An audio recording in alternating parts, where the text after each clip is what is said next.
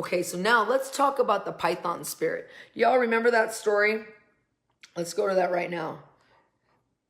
Okay, this is in Acts 16. And this is a story about Paul running into this woman who had a spirit of divination. It says, and it came to pass as we went to prayer, a certain damsel possessed with a spirit of divination met us, which brought her masters much gains by soothsaying. The same followed Paul and us, and crying said, these men are the servants of the Most High God, which show us the way unto salvation. And she did this for many days, and Paul, being grieved, turned to the spirit finally and said, I command thee in the name of Jesus to come out of her. And he came out in that same hour. But then it says, but when the masters saw that the hope of their gains was gone, they caught Paul and Silas, brought them into the marketplace with the rulers, and beat them, stripped them naked, and put them in prison. Wow. Okay, so here's this woman. She's following Paul and Silas. She had a spirit of divination, which enabled her to divine how her masters could receive much gains, financial income, okay, much success in their business. Okay, now, so the spirit that was on her handled the money, controlled the money. Okay, what was that spirit? You go look up the word divination, okay, in the scriptures, in the Greek, and it means one word. Ready? Python. It was a python it was a snake that was talking to Paul that day. And Paul was like, she was saying all the right things. Ooh, that's a revelation right there. Oh, these men are here to show you the way to the Most High God. That sounds so holy, so Christian, so good, right? But Paul had said was grieved. His spirit could tell there's something wrong here. This isn't what it sounds like or what it appears. Right? And he finally cast that spirit out.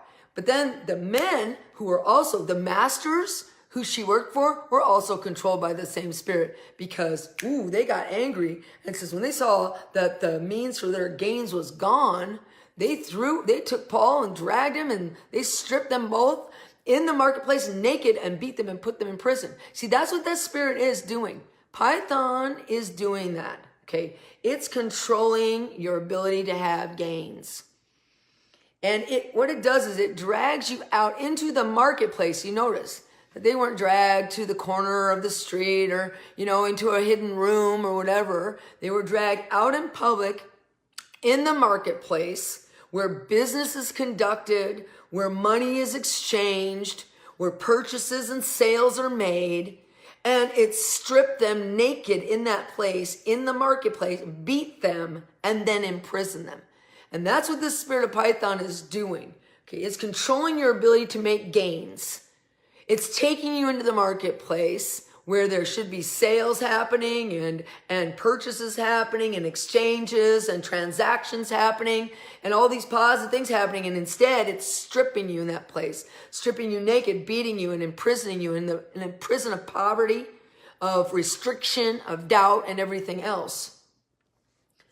This is important to understand, that this python, that's what pythons do, right? They squeeze you. They squeeze you. And when you're squeezed, you can't grow and you can't gain. Okay? And they're working through all kinds of different aspects to block this python spirit, to block your gains. Maybe you've been renting a room or renting a house and you want to gain, you want to grow by eventually, getting your own house. But no matter what, no matter how much you're tithing, no matter how much you're believing, no matter how much you're putting your faith on it, you're never breaking free of that cycle of I'm having to rent a room or I'm having to rent an apartment or rent a house. I want to get my own house, God. Why can't I ever break into that next level of gains? Well, the python could be on you, squeezing you, preventing you from doing that. And you might think, well, what's giving it the legal right to do that? Well, there might be something in your bloodline that you don't know about at all, but there also might be something in your actions. Maybe you've been late on your rent, a couple days late, maybe a week late. Maybe you've missed a month. Maybe you haven't been stewarding over that apartment well. You're not taking care of it. You kind of let things get dinged up. You've got some holes in the walls.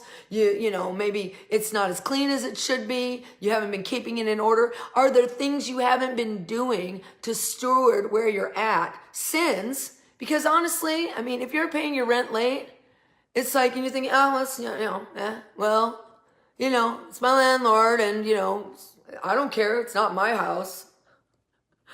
Right there, you're allowing stuff to happen.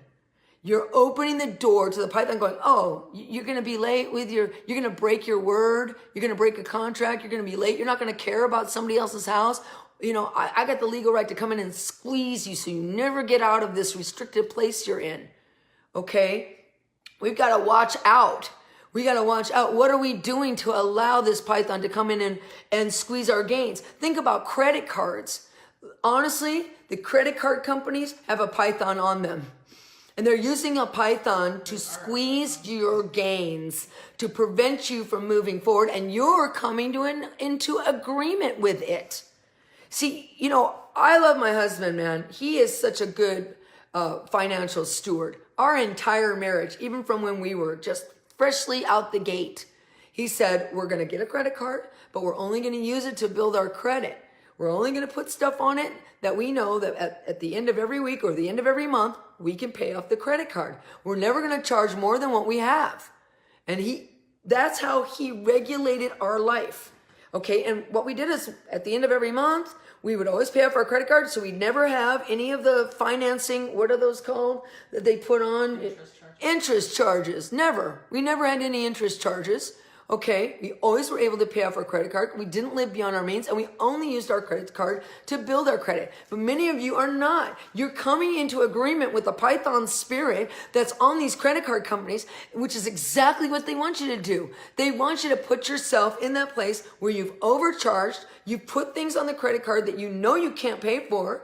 You're fooling yourself. You keep on thinking, oh, look, my bank balance is so good. I have a lot of money in my bank, but you've got a huge credit card debt. You just don't equate it because you're putting all the debt on the credit card, but you got this great looking bank account. But you've been coming into agreement with the python spirit that's on these credit card companies. And what that's doing is it's squeezing you and preventing you from gaining, because every week or every month when you finally do make a payment, you're just paying off the interest. Think about how much stuff you could own right now. Hello. Just saying. If you weren't paying off the interest. But what you've done is you've allowed it's sin. I'm sorry, but it is. You're not stewarding your money right. And you've allowed a state to come in and squeeze you. Okay? By agreeing with its structure that it's created through these credit card systems. There are so many ways that we can let the python spirit into our lives. Maybe you had gambling in the past. You think, well, I don't gamble anymore. I've been delivered. I'm a believer now. But that sin could still be allowing an open door for the python to come in and squeeze your gains.